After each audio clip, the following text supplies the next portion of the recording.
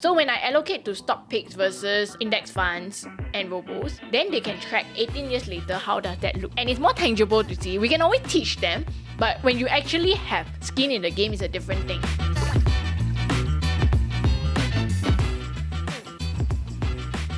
Yeah, so Budget Babe has evolved to like not just budget already. Like you're talking about so many different topics nowadays. Yeah, and I think also like maybe when you reach a certain age, now that we're in our 30s, right? You realize there's just not so much you can budget anymore because, you know, unlike in your 20s when it's just you. There's only so many cups of Starbucks that you can stop drinking. Yeah, exactly. To save money. Yeah. And then when kids come to the equation, Oh. there's just so many other things that you just can't control already. Yeah, so you used to keep a lid on all this because you're financially savvy, right? Exactly. So with kids, how many kids do you have now? I have two kids Two now. kids. How old? They're 4 this year and 1.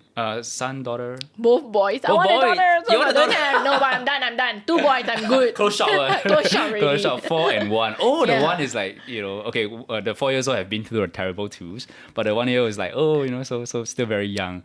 And obviously, I think maybe they're a bit too young to learn about financial knowledge, right? But I'm sure at some level, you're gonna train them for it. Yeah, I'm starting to teach my 4 years old already. Actually, since he was maybe 3 years old, we've been starting to show him that money is finite. Because he keeps thinking like, he just asks people for money, like buy new toy. He keeps saying, I don't have this, so I must buy this. I'm like, wow, if you want to buy everything that you don't have, even the world is not enough. You're the richest person in the world, you still cannot buy everything, okay? Okay. So we're trying to explain to him that it's finite. Yeah, and that we have to work in order to earn money to buy him the things that he wants. So he can't just ask us to keep playing with him as well. Yeah, and then we come up with a reward system. So like for instance, I remember one very memorable thing was that he has like coins that we give him and he keeps it in this wallet. So one day I told him, hey, I think you have enough money. Why don't we go and buy some toys? Yeah, you can choose your own. He was like, okay, he got really excited. He went to the shop and he chose a $27 bus. Yeah. $27? Yeah, but his coin to have $27. Or a bus that cost a $27? toy bus that cost $27. It was a big toy bus. Yeah. And then I wanted him to learn the lesson. I said, okay, bring it to the cashier.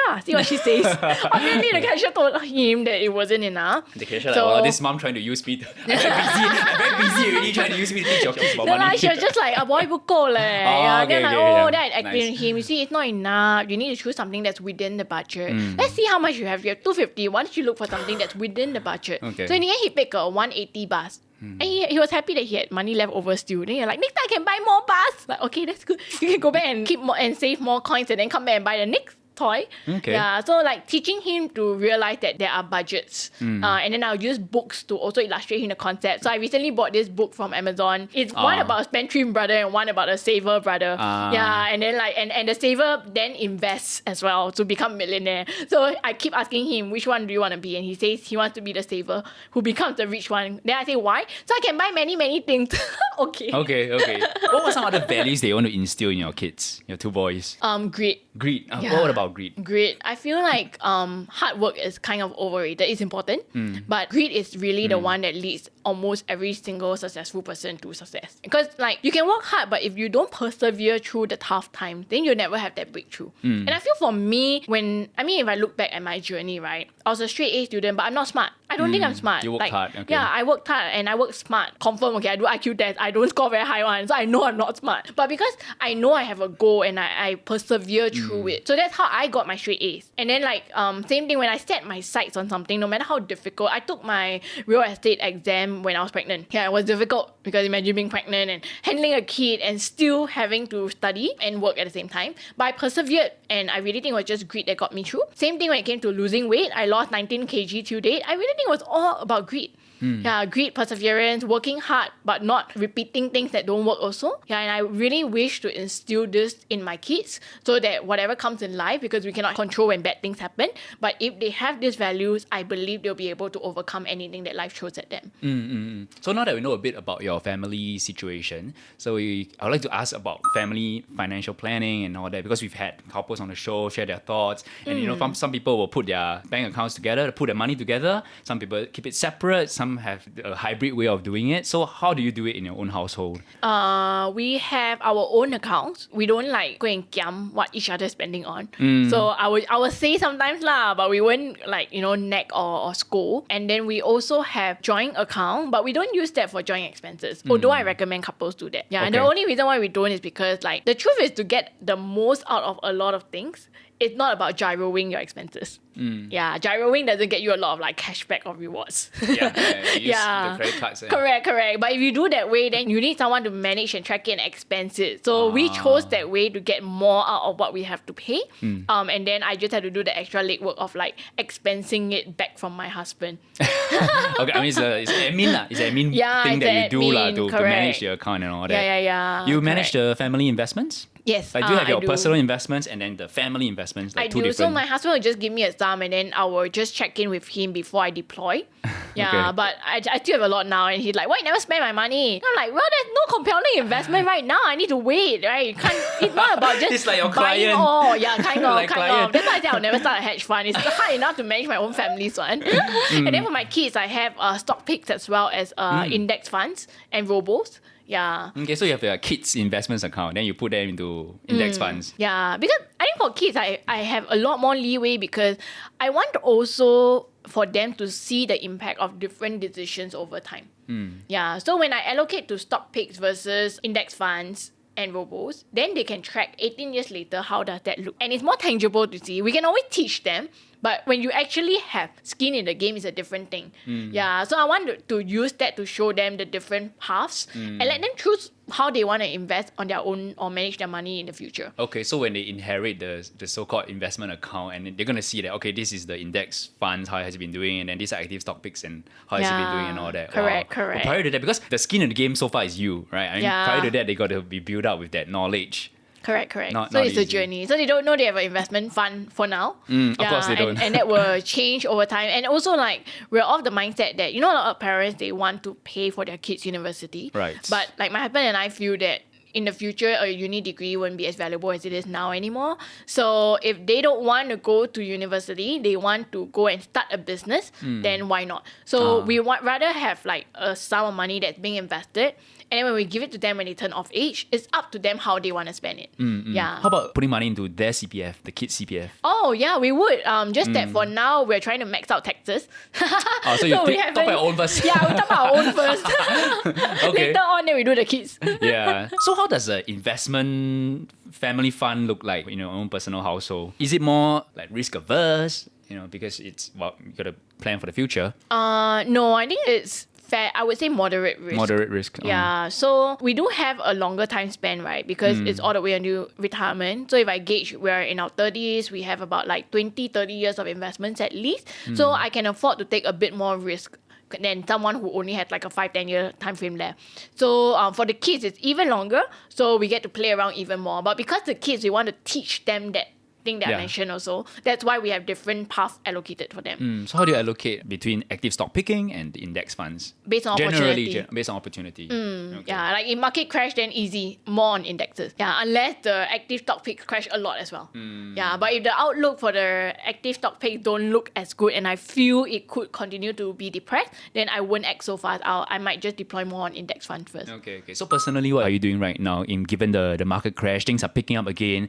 People are saying some will think that it's going to be a further crash down the line. You should have some war chest, right? And Yeah. you're just looking at opportunities, or I think it's hard to predict where the future goes. So I'm just deploying. But I also do think that we came out of a period of unprecedented gains.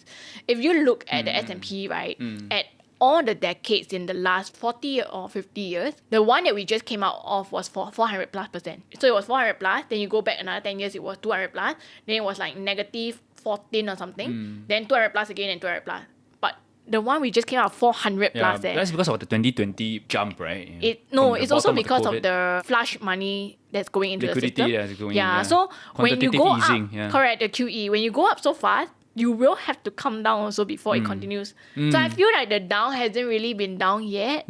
Yeah, and that's why I'm taking a more cautious wait and see approach. And we have slowed down the pace at which I'm deploying our money. Okay. So you're still deploying at some level, but you're slowing it down. Slowing because it down. You just don't know if there's going to be a further crash down the line. Yeah. Of course, nobody can predict anything. Yeah, like if my tranche was X dollars each time, now I'm reducing it to X divided by 2, so I can make it last twice. Okay. Yeah, But you're not waiting by the sidelines totally. Because some people are holding cash, just. I think it's so hard to wait on the sidelines because the market can turn against you so fast and unexpectedly. And then you'll be like, when you see it turn, you're like, is this a deadcat bounce? Or is this a really the turn, right? You won't really know. Rally, Exactly. Then when it goes up and if it continues going up, you're like, no lah, I think it's fake one, I'll come back down lah. So it's very hard. The psychology works against you. Yeah, so I feel like just deploying actively makes sense, but you can afford to slow down if you're of the view that it could get worse. Yeah, it's so hard to read the markets nowadays. It is. I look at it, is. I'm like, what is happening? What's going on, man? Yeah, but okay, so we don't know. You just deploy. Yep. Maybe you deploy a bit less, but that's your strategy going forward. Okay, so that's investments, and you talk about investments on the blog too, right? Yeah, I do. It's just that I no longer put the whole thesis. I used to when things go IPO or I'll write like my entire stock thesis on the blog. But then there were a couple of instances when I just overheard people talking about me in public and they didn't know who I was lah, right? And then they'll be like, I saw BudgetBabe wrote that she invested in this stock. And I'm going to buy. And that's all I heard. And then I got very worried. I'm like, oh, shucks. Yeah, that's what I meant. Just, people might not read your thesis. Yeah, they're like just scrolling all the way to the bottom Yeah. and just seeing whether is it a buy or don't buy and then make judgment based on that. And I felt like that was very irresponsible. I didn't want to contribute to that. So I stopped putting up full thesis on my blog and I moved it to Patreon whereby I get to have more conversations with the people. Yeah. When it's free and public, right, you cannot control who's looking at it. It could be a 17-year-old, it could be a 40-year-old who's experienced, it could be someone who doesn't know anything but respects you a lot. And I cannot control what they do if they don't talk to me about it. Yeah. Whereas on a more private platform, people can engage me and they'll ask questions and all and I can reply them. So there's a bit more control in that way. And there's also with lesser audience, you only get those who are willing to support you and pay for the work, the in-depth research that you do. So I run a subscription service. On that platform, right, it's easier for me to cut. Compared to on the blog where it used to be all free and all. And I used to do that a lot during the 2016 to 2018 period. And then I just stopped. Because on Patreon, you can filter out the people in closer communication with them instead of somebody just follow your buy and sell recommendation. Exactly. Yeah, and I know dangerous. who's on my Patreon. So, they are also open to have a communication channel with me at any time. And it's really a lot better, I feel, in that way versus always just publishing on, free is great. I like free too, right? But I think being in a position where I have realized the impact that my words can have on others, I'm a bit more cautious now. I don't want people to be misled into it. So even when during the whole crypto bull run and everyone was trying to get into crypto and trying to open accounts at all different places, right? I was very cautious about the ones that I picked and wrote about. Yeah, some had affiliate, some didn't. Okay. Even if they were good but didn't have an affiliate, I would just talk about it anyway. Yeah, and if they were not so good but offered really good affiliate fees, I would eliminate them. Okay. Yeah, so that's the back end thing that I think people don't really see. Yeah, crypto is a bit more iffy, do you feel? Like writing about crypto. Yeah, but we do need more content about crypto so people can make better informed choices as well. True. Good point. But the authorities aren't doing that, right? Are they not? They're not putting out enough content about crypto. You think there's a lack? There's a huge lag, man. Okay. Yeah, so it really all boils down to people like us and Right. the few crypto publications to do that education. Hey, welcome to the Financial Coconut Podcast Network. I'm your host, Reggie, aka Your Chief Financial Coconut. And if you're loving what we're creating here, like, share, subscribe, share with your loved ones, comment in the comment section below. And we'll see you for great content on Chills with TFC. So content has been evolving. Because your own life has been evolving as well. Yeah, adding in new stuff. There's always new things to learn on SGBudgetBabe, right? What's your personal relationship with money like throughout this whole journey? From single, you were dating your then boyfriend, and you got married, now with 2 kids. I think it's grown from like what you described, from a scarcity mindset to a abundance mindset. Yeah, from really trying to save on almost everything I can to now being a bit more selective and focusing more on income. But at the same time, because of the position that I am, I want to make sure the income is earned from sources that give me fulfillment. Yeah, that don't jeopardize my future reputation, because I feel that's more valuable than anything else that can be earned in the short term. Yeah, and really looking at money as a tool to empower rather than living on a budget. It's still about budgeting, but instead of budgeting within your means and just working with what you were given, it's now also about how can you then go out there and get more that you don't have or you need. Okay. Yeah, so that's the change. That's nice. Well, but I guess SGBudgetBabe doesn't have Doesn't that have the same catchy, ring. yeah, it's not catchy, yeah. That's not as catchy. The brand name stays. Yeah, budget babe. And it's all still in a budget anyway. We always have to operate in a budget, isn't True, it? Yeah, true. it's just how much your budget is can grow over time. What has been your best and worst investment? It doesn't have to be a financial one. I think my worst is easy. It was my very first stock pick, and it was really because I just relied on a tip from my broker. Yeah, first lesson, don't just rely on broker tips. And I remember how my broker pitched it to me. Hey, this is a very good stock, man. It's riding on e-commerce wave. You know, everyone's buying more e-commerce now. And that was even before Shopee was around. So the stock was Singpost. Okay, and they were building all these logistics and all. And even my parents bought. You think I will hide my parents? My own parents My parents bought at $2 plus. Now you're buying cheaper than my parents. 你真的觉得我会害我 parents? I listened to him and he said, I have more experience than you. I'm older and smarter and more experienced. You should listen to me. Really, this is a good pick. Okay, so okay lor. Listen, you won't hide your own parents, right? I go in, I bought, and we all know where Singtel is. It's not $2 anymore. It's like, what, 40 something cents now? Then you mentioned broker, like, wow, so old school. Back then we still had brokers. Yeah, I know, remember. right? The younger generation may not know about it now. Now it's like, the commissions are so low. I mean, brokers get a fee, right? From your Now it's brokerage platform, not broker anymore. Exactly. So yeah, I think the young people really have it good. Yeah, I know. Yeah, so that was my biggest financial mistake, not in terms of the dollars lost, but really in terms of the lesson that I learned. Yeah. How about best one? Best one, I think would be investing my time to go and read up on all the different investment books, and later on, also being open-minded to go for investment courses. You know, courses get a lot of hate, right? Yeah. Especially the expensive one. People think it's a rip-off, they don't really teach you. But I do think there are really good courses out there, and I have mentioned and paid tribute to some of them on my blog. So I actually went for some of these courses and paid also, because I felt like I could learn from the trainer's experience, and it could also validate if what I was learning from the books is correct. Because books are great, but a lot of them are outdated. Yeah, some concepts just don't work anymore. There are very few good books on growth investing. Sometimes you just need a course that's a bit more updated with people who have been doing this for the last few years but just haven't sat down to write a book because it's so time consuming, right? And authors don't earn much anyway. So like it makes more sense for them to do a course rather than a book. And I went for those courses to learn and reaffirm what I was learning and picking up from the books. And I don't think those were really good investments. Yeah. You mentioned you've always wanted to write a book. Have you thought about it? So the joke was, I actually said when I got pregnant, right, I was like, I'm going to have 4 months maternity leave. I'm going to use that 4 months to write a book. No one told me that my 4 months would be spent breastfeeding with every 2 to 3 hours with zero break time. And when I came out of my maternity, I was like, it's a joke, man. Why did I even say or think that I'll be free during my maternity leave? Yeah, so I never got around with it. And now with 2 young kids, I still don't have time. Maybe in the future when I'm retired, I don't know, man.